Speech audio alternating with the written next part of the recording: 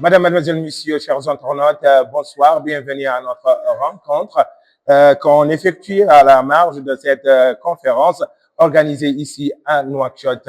Alors, avec nous, Madame Ndaté Deng, bonsoir. Bonsoir, Djibril. Alors, Ndaté, parlez-nous un tout petit peu de conférence qui était organisée ici en Mauritanie, à Nouakchott, pour la paix en Afrique. Écoutez, merci tout d'abord de m'offrir l'opportunité de vous parler de l'initiative extrêmement importante de cette conférence. Je suis donc vice-présidente de la Conférence africaine pour la paix, une fondation basée à Genève dont le président est Cheikh Al-Mahfoud bin Baya.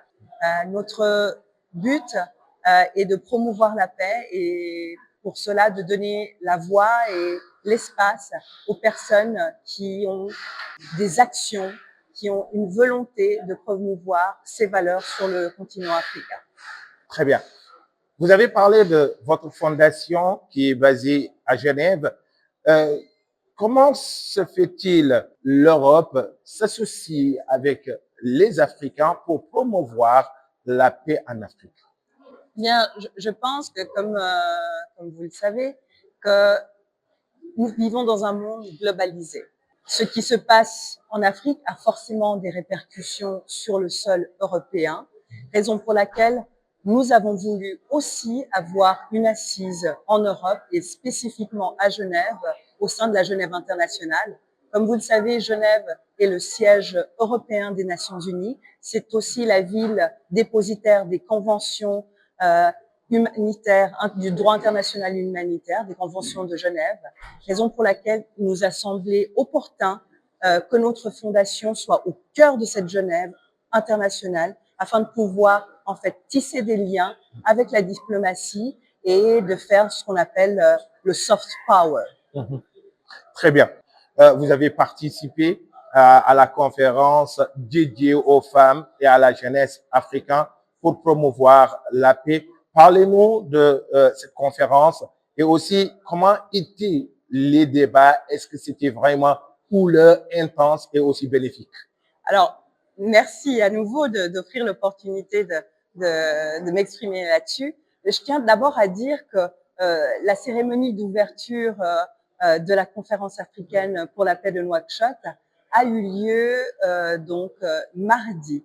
Durant cette cérémonie d'ouverture, nous avons eu le privilège d'entendre des discours de hauts dignitaires de différents pays, notamment le Premier ministre de votre pays, la Mauritanie, et son Excellence Cheikh Abdallah bin Baya. Je tiens à soulever les paroles remplies de sagesse de son Excellence Cheikh Abdallah bin Baya, qui a rappelé que ce continent, le continent africain, ne pouvait pas se construire et avancer sans l'énergie de la jeunesse.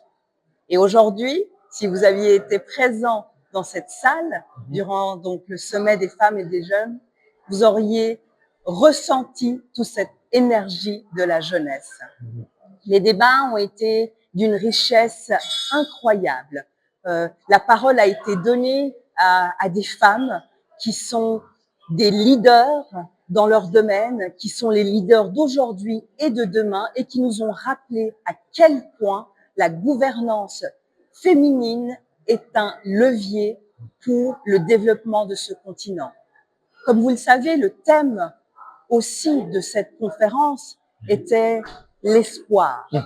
Eh bien, je le dis et je le clame et je l'ai aussi clamé cet après-midi, l'espoir de ce continent, c'est le leadership féminin. Il ne s'agit pas d'un slogan, il ne s'agit pas non plus d'un mot symbolique, il s'agit d'une réalité. Notre continent ne pourra être un continent qui se développe, qui grandit, qui avance, que si chaque personne prend conscience que son développement, que la paix doit se faire main dans la main, les hommes et les femmes ensemble. Très bien. En tout cas, c'est des slogans qu'on veut bel et bien le mettre aussi en œuvre et que tous les Africains se bénéficient de cet slogan et aussi de cette paix que vous venez de souligner. Alors, Ma dernière question, il s'agit de les perspectives et aussi les mécanismes que vous allez entreprendre pour consolider le leadership et aussi consolider la paix en Afrique, Madame Darty. Alors, je tiens d'abord à dire qu'il ne s'agit pas que de slogans. Je vais donner un exemple très concret, c'est notamment celui du Rwanda. Au Rwanda, 60%, plus de 60% des parlementaires sont des femmes.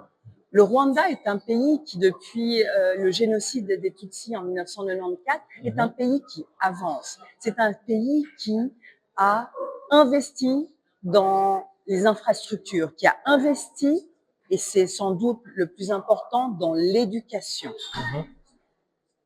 Ce pays démontre que lorsque le leadership féminin est mis en place, on a des sociétés qui mettent en avant l'éducation, la santé et une meilleure stabilité de la société en général. Tout un écosystème, en fait. Exactement. Donc ça, c'était le premier point. S'agissant de ce qui peut ou doit être mis en place, je vais m'atteler à un sujet spécifique, puisque malheureusement, notre continent est traversé, comme vous le savez, par un nombre croissant de conflits. Lorsque les femmes participent au processus de paix, lorsque les femmes sont médiatrices de paix, eh bien, les paix qui en découlent ont 20% de plus de chances de durer. Ce sont des chiffres donc, qui ont été des statistiques du PNUD, de UN Women. Donc, c'est un fait. Lorsqu'on intègre la dimension de genre des femmes dans les discussions pour promouvoir la paix, eh bien, on se rend compte que celle-ci a une meilleure capacité et de stabilité parce que, je le rappelle, et vous le savez, je le sais très bien, Djibril, les femmes et les enfants sont les premières victimes de ces conflits. Mais elles ne sont pas que des victimes, et je ne voudrais pas qu'on s'arrête sur ce mot, ce sont surtout des acteurs qui ont les outils pour mettre fin à ces problématiques et les identifier et donner les meilleurs outils pour justement identifier et stopper les conséquences terribles des conflits. Alors, Madame Ndaté Dieng, merci beaucoup de nous recevoir et aussi d'accepter notre invitation sur MRTV. Merci infiniment. Merci à nouveau d'avoir offert l'opportunité de porter ici la voix des femmes et des jeunes et de promouvoir ce message de paix et de stabilité pour notre continent. Je vous remercie. Merci beaucoup, chers téléspectateurs, chers internautes. À bientôt.